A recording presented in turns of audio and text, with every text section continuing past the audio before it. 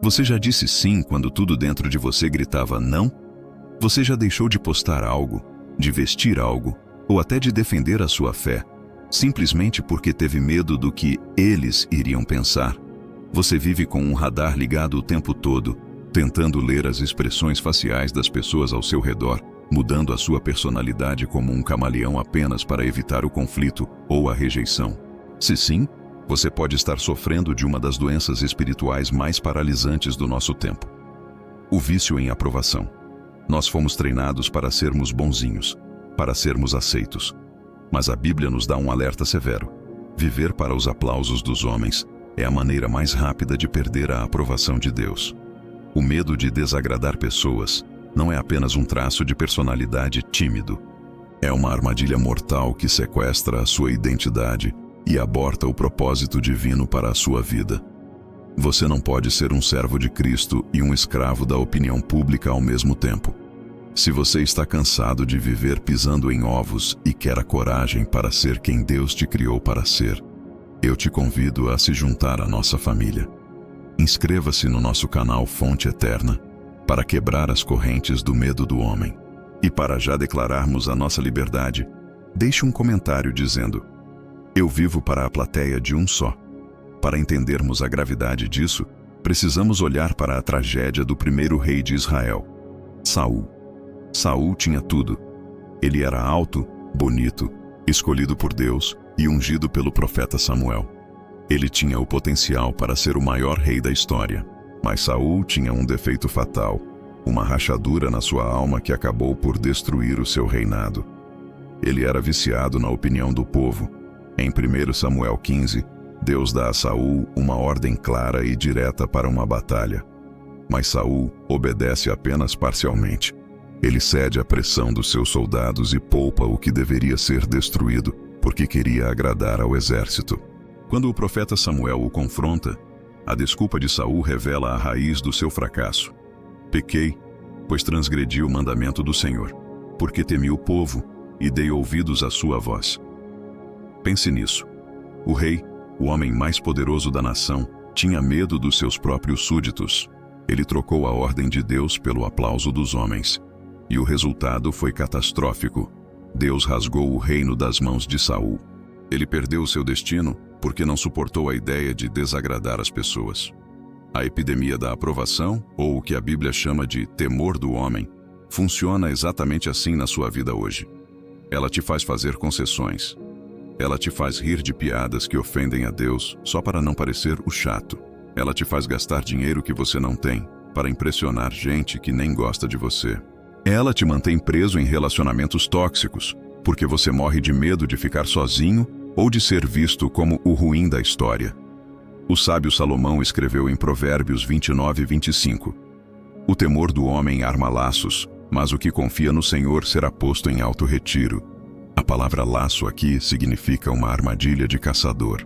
Quando você vive com medo da desaprovação dos outros, você pisa em uma armadilha. Você fica preso. Você perde a sua liberdade de movimento. Você não consegue avançar para o futuro que Deus tem para você, porque está muito preocupado em manter a imagem que você criou para os outros. O apóstolo Paulo, no Novo Testamento, foi cirúrgico ao tratar desse assunto.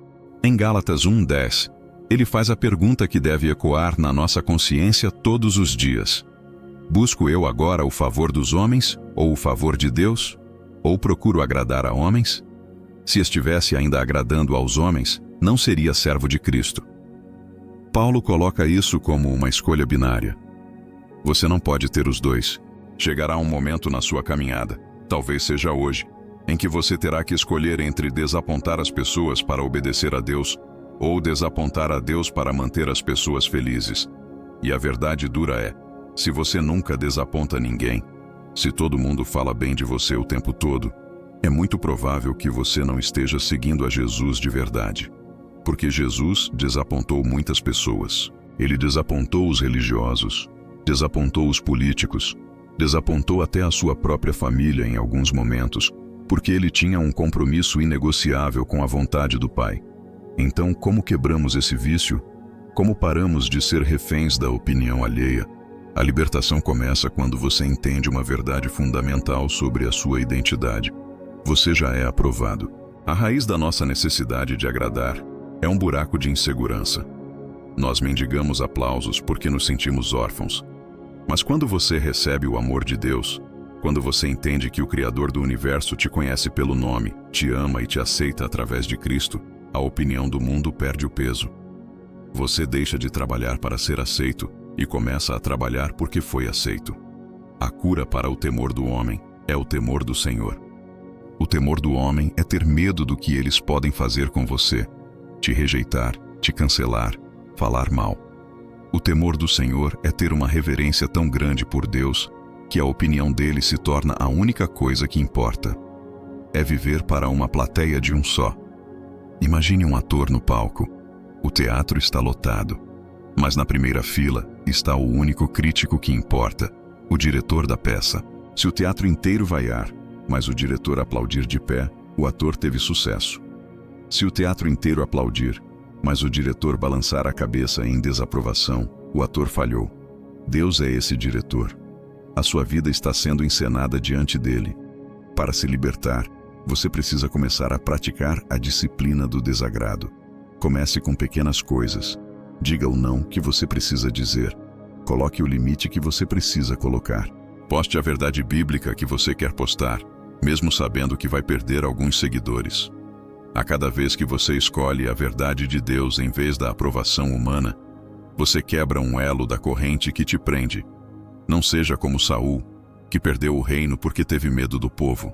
Seja como Davi, que dançou na presença de Deus com todas as suas forças, e quando foi criticado pela própria esposa, Mical, respondeu: "Foi perante o Senhor que eu dancei, e ainda mais desprezível me farei aos meus próprios olhos." Davi não se importava em parecer ridículo para os homens, desde que estivesse agradando a Deus. A sua liberdade custa a sua reputação diante de algumas pessoas, mas ela te devolve o seu destino. Não troque o seu chamado profético por um prato de lentilhas de popularidade. Que hoje seja o dia em que você assina a sua carta de alforria da opinião pública, que você possa olhar no espelho e ver não alguém que precisa desesperadamente de um like, mas um filho e uma filha que já tem o amor eterno do Pai.